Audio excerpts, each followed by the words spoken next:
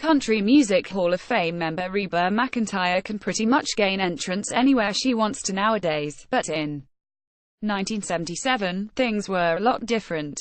She recalls to Billboard her first time on the Grand Ole Opry, where she was greeted like a newcomer. "I remember it like it was yesterday," says McEntire. "I had just come to town and signed with Mercury, and everything was going fine. They said, you need to get an agent, so I signed with Lavender and Blake, who got me a performance on the Grand Ole Opry for my very first time. It was going to be the weekend of September 17, 1977. I called Mama, so Mama and Daddy and Alice, my older sister, drove from southeastern Oklahoma to see me on the Grand Ole Opry. So far, so good.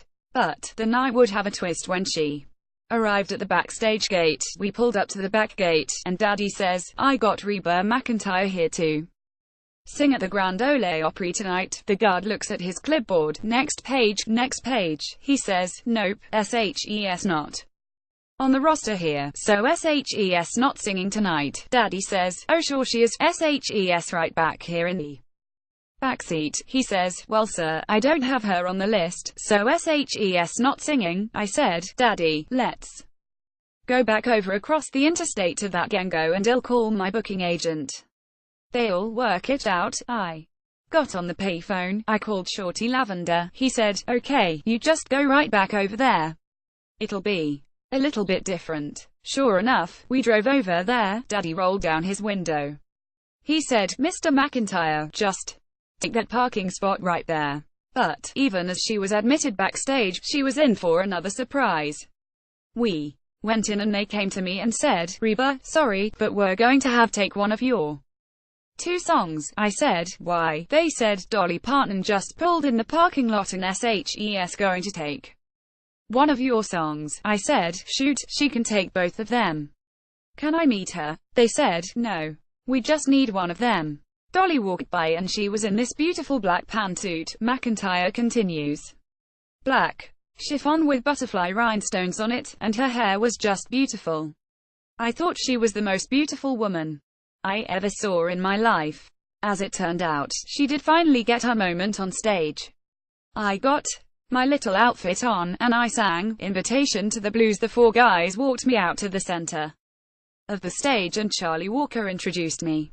The singer will be returning to the Opry stage next Monday, November 27th to host the CMA Country Christmas Special on ABC, something SHES greatly excited by.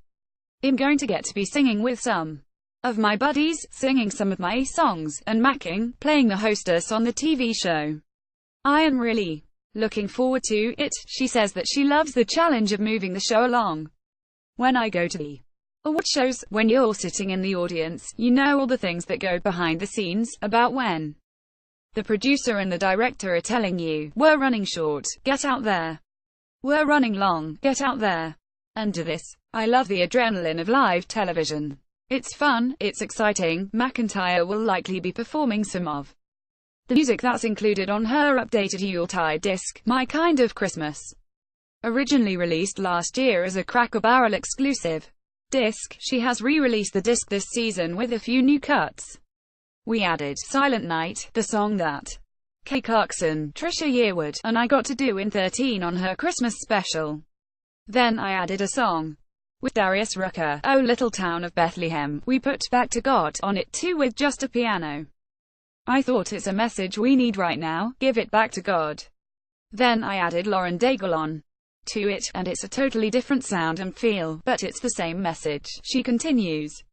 The 4th song that we added is Mary Did You Know, and I asked Amy Grant and Vince Gill to sing on it with me, and it was a blast. McEntire says that Christmas music does have a calming effect on her, as she reasons it should. It lightens my heart. It makes me feel very grateful that Jesus was born to one day die for our sins, and that we've got an opportunity to live, and what I choose is to pray for His will constantly, and that one day I'll be in heaven to see all my family that went before, and get to sit on the right-hand side of God. McEntire is mindful that the lyrical content of Sing It Now and My Kind of Christmas is something that the world is in need of right now, especially considering the events of recent weeks.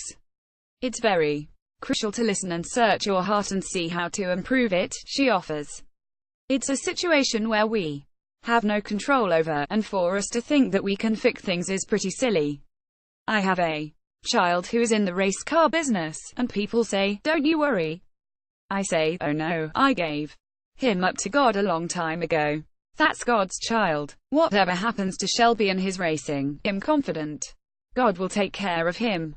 God will take care of all of it."